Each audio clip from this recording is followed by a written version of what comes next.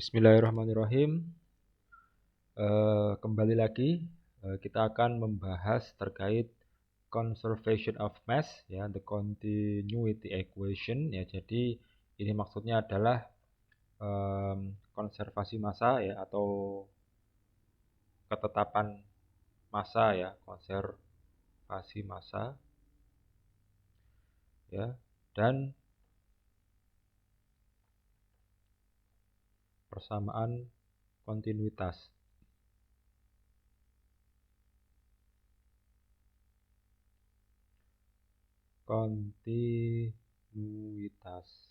Nah, itu maksudnya apa? Ya, ini kalau dijelaskan secara kata per kata susah gitu ya. Nanti kita akan langsung membahas di bagian ini gitu ya. Nanti kita akan mendapatkan pemahaman dari apa maksud dari subtopik ini gitu ya.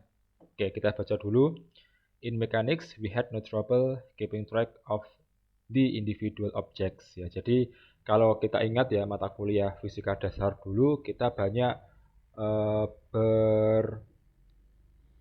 bersinggungan ya dengan masalah-masalah fisika yang yang melibatkan benda padat gitu ya.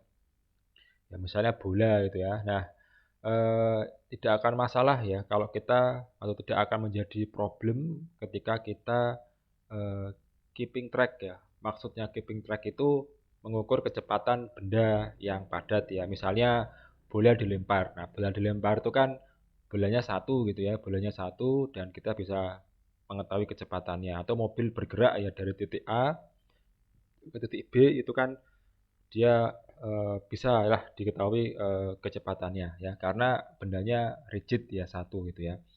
Nah, tapi ya but a fluid is continuous and deformable. Nah, yang jadi masalah adalah kalau di fluida gitu ya, itu bendanya itu deformable. Maksudnya apa? Dia bisa berubah bentuk ya. Kalau mobil ya dari titik A ke titik B, mobilnya tetap segitu-gitu aja gitu ya, sehingga kecepatannya tetap. Nah, tapi kalau fluida ya, itu fluida itu dia eh, ganti-ganti gitu ya kecepatannya ya ketika dia katakanlah masuk di sebuah tabung atau masuk di pipa yang besar gitu ya di titik A itu pipanya besar gitu ya misalnya di sini ada pipa gitu ya. Nah, misalnya gini. Nah, fluida masuk dari sebelah sini itu kecepatannya katakanlah ini V1. Nah, ketika dia berada di bagian sini ya dia akan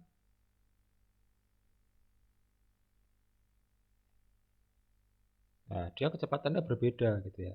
Nah, jadi deformable ya, dia berubah bentuk. Kalau mobil atau bola itu kan ya bentuknya sama seperti itu gitu ya. Kecuali dalam perjalanannya bolanya uh, kempes gitu ya atau pecah dia berubah bentuk gitu ya. Nah, tapi kalau normalnya bolanya tetap bola gitu ya. Tapi kalau untuk Vida gitu ya, yang tadinya bentuknya besar kemudian dia mampet gitu ya, bentuknya kecil dan kecepatannya berbeda gitu ya. So it's not easy to follow an individual fluid element ya as it moves. Jadi susah gitu ya, susah kalau misalnya kita mengetahui katakanlah satu partikel fluida gitu ya, itu agak susah gitu ya. Nah, sehingga kita memerlukan konsep lain gitu ya dari konsep konservasi massa untuk menghitung kecepatan alir gitu ya dari suatu fluida gitu ya. Oke. Consider a steady fluid flow represented by streamlines as shown in figure 15.12a. Nah, ini kita lihat ya. Di sini ada gambar gitu ya. Nah, di sini ada gambar gitu ya. We shaded a flow tube. Ini adalah apa namanya? Flow tube itu ya semacam pipa gitu ya, pipa. Nah, tapi pipanya ini dibentuk apa namanya? Di sebelah kiri ini dia eh, gerbang masuknya atau lubang masuknya itu lebih besar ya, sedangkan yang sebelah kanan dia lebih kecil gitu ya.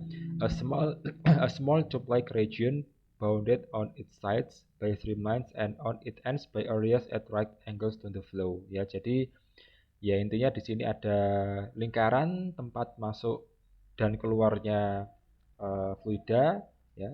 Yang mana di sini kalau udah kita ngomong lingkaran ya atau apapun bendanya itu pasti punya luasan ya atau area gitu ya. Nah, sehingga di sini dikatakan ada area gitu ya. Nah, ini area. The flow tube has a sufficiently small cross section that fluid velocity and other properties don't vary significantly over any cross section ya. Ya intinya di sini itu dijelaskan bahwa apa namanya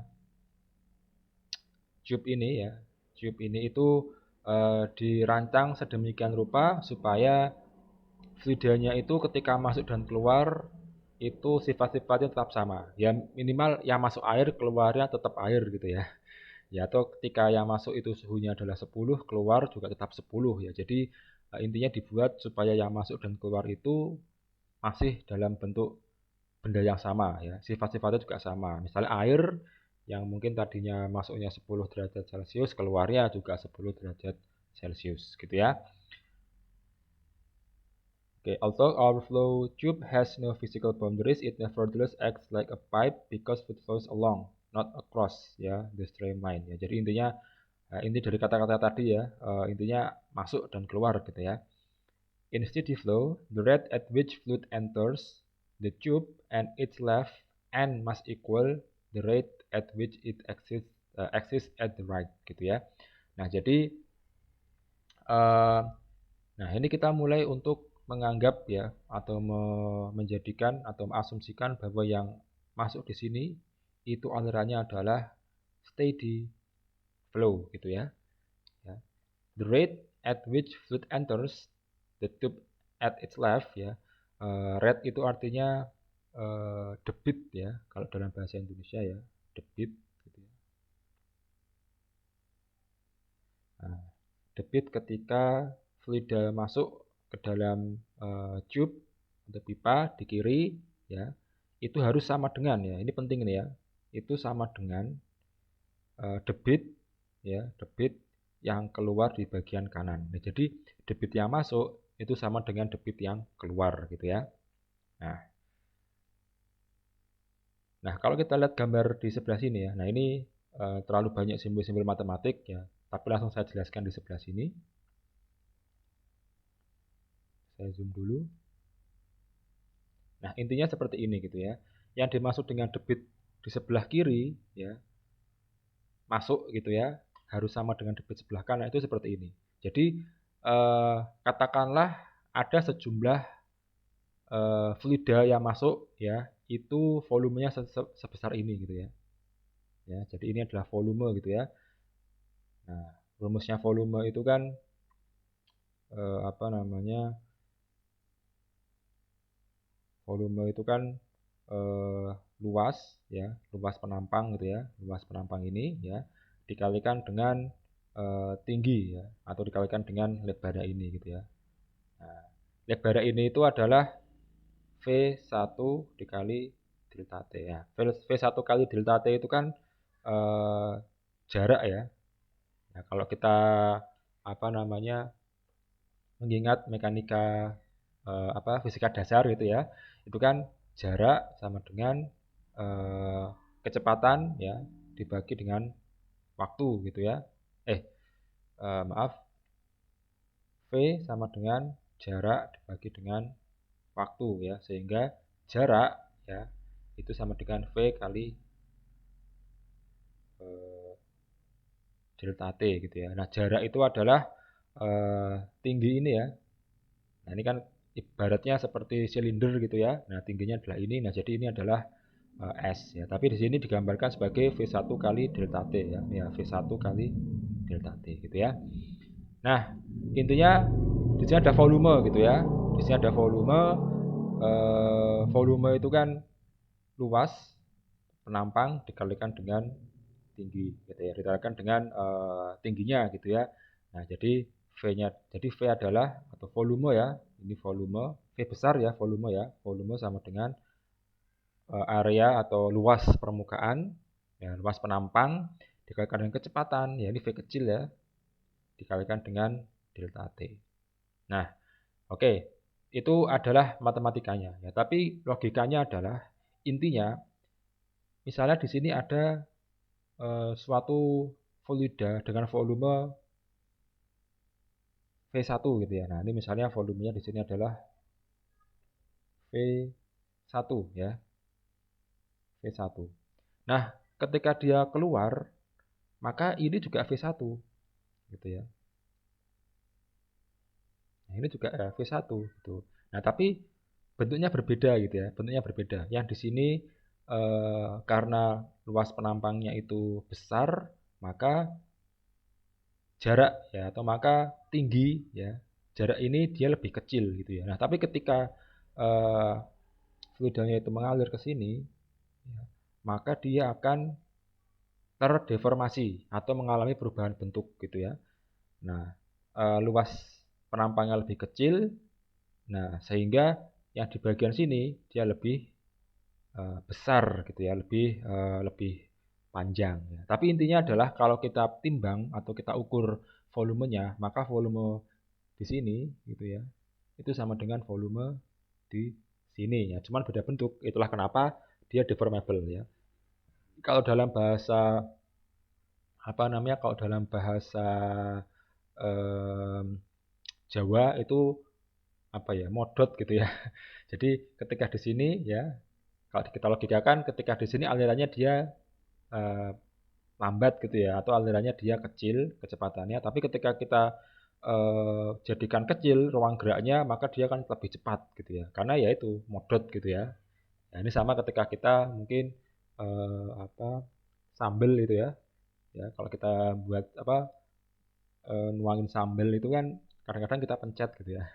Nah, itu kan aliran sambel di botol itu kan lambat ya. Tapi ketika kita pencet atau kecap ya, kecap di botolnya itu dia lambat gitu ya. Jadi kita paksa keluar. Nah, dimoncong daripada kecapnya itu dia kan kecil ya, apa namanya perampang permukaannya. Nah, itu menyebabkan keluarnya jadi lebih cepat gitu ya. Atau mungkin cairan apalah itu ya. Kalau kita tekan itu kan yang ada di botolnya dia ngalirnya lambat gitu ya, tapi yang di sini cepat gitu ya.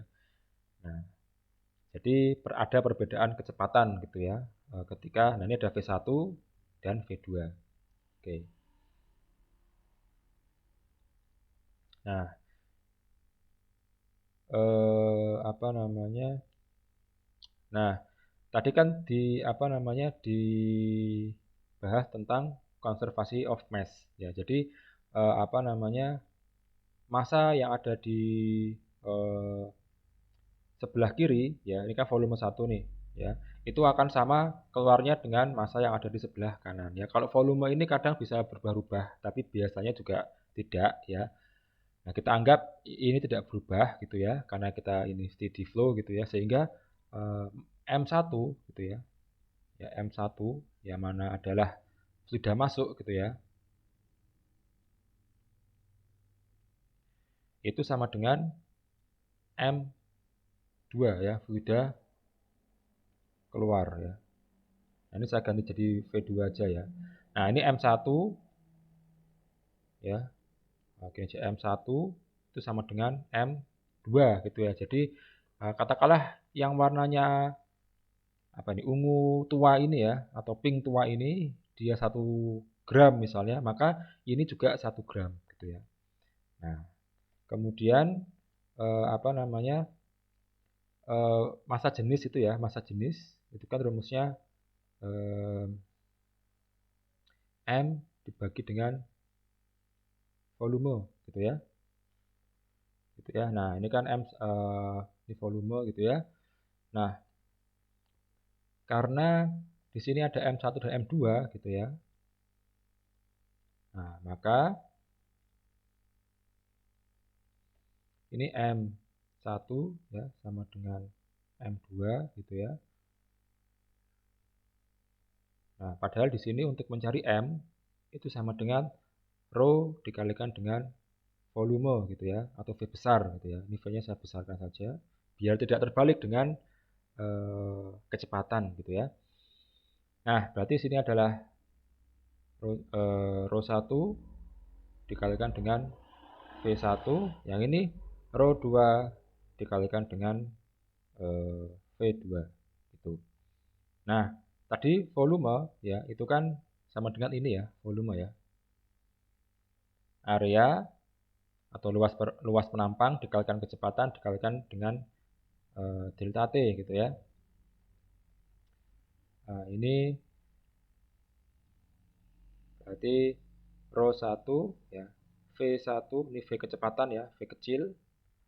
V A1 delta T gitu ya. Ini juga rho 2 V2 luas permukaan 2 dikalikan dengan delta T. Nah, karena kita ini tadi bicaranya soal steady flow ya. Steady flow itu kan tidak terpengaruh waktu gitu ya. Nah, ini kita bisa coret gitu ya. Nah, kita bisa coret. Kemudian ya massa jenisnya bisa kita coret. Kenapa? Karena massa jenis itu kan massa jenis suatu benda ya. Nah, tadi kan yang masuk katakanlah air, ya pasti keluarnya air gitu ya. Yang penting di sini tidak ada alat penambah untuk mencampur sesuatu gitu ya. Jadi kalau yang misalnya yang masuk adalah air raksa, ya yang keluar juga air raksa. Kalau yang masuk adalah air apa namanya air biasa, ya keluar juga air biasa. Nah sehingga apa namanya rho-nya ini juga bisa dihilangkan gitu ya. Sehingga rho-nya bisa dihilangkan. Nah, sehingga jadilah rumusnya seperti ini. Kecepatan ya 1 dikali pada luas area 1, luas penampang 1, kemudian kecepatan 2 dikalikan dengan luas penampang 2. Nah, ini nanti bisa kita lihat di sini ya. Nah, ini ya. Nah, ini adalah konstan gitu ya. Jadi, saya tulis kembali rumusnya. Jadi, V1 ya dikalikan dengan A1 sama dengan V2 dikalikan dengan A2. Nah, jadi kalau misalnya ada bentuk penampang seperti ini ya. Wah, ini saya tulis di bawahnya aja ya. Misalnya ada bentuk penampang seperti ini gitu ya. Nah, di sini katakanlah tempat masuknya gitu ya. Kemudian di sini juga ada lubangnya. Nah, ini kan dia masuk ke sini ya, fluidanya ya. Nah, ini di sini nanti fluida yang ada di sini itu kecepatannya adalah V1. Nah, luas permukaan daripada penampangnya adalah A1. Nah, nanti kalau kita ketahui luas penampang di sini, yang mana adalah A2, nanti kita bisa tahu kecepatan fluida di V2 ya, di tempat 2 ini. Nah, jadi hubungannya seperti itu ya. Kita tahu kecepatan masuknya berapa, kemudian juga kita tahu luas penampangnya berapa, kita juga luas tahu penampang keluarnya berapa, nanti kita bisa mengetahui berapa kecepatan di V2 ini gitu ya.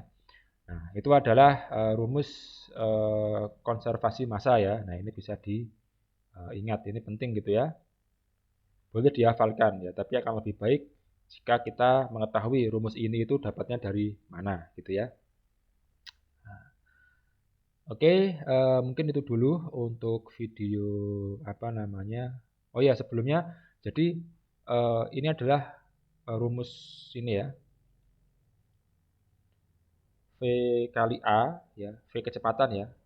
Ini V kecepatan kalikan dengan A itu adalah rumus Q ya. Yang mana Q itu adalah quantity ya atau flow rate. Ya, flow rate itu adalah gini aja. Kita langsung anggap flow rate aja ya, karena takutnya kalau quantity nanti salah dengan yang lain. Kita anggap langsung aja flow rate ya. Nah, flow rate dalam bahasa Indonesia artinya debit gitu ya. Nah, di sini adalah Q1, nah ini adalah Q2 gitu ya. Ini Q1, ini Q2 gitu ya. Oke, mungkin itu dulu untuk video kali ini. Nanti setelahnya kita akan membahas contoh ya. Contoh soal ini di video setelah ini. Terima kasih atas perhatiannya.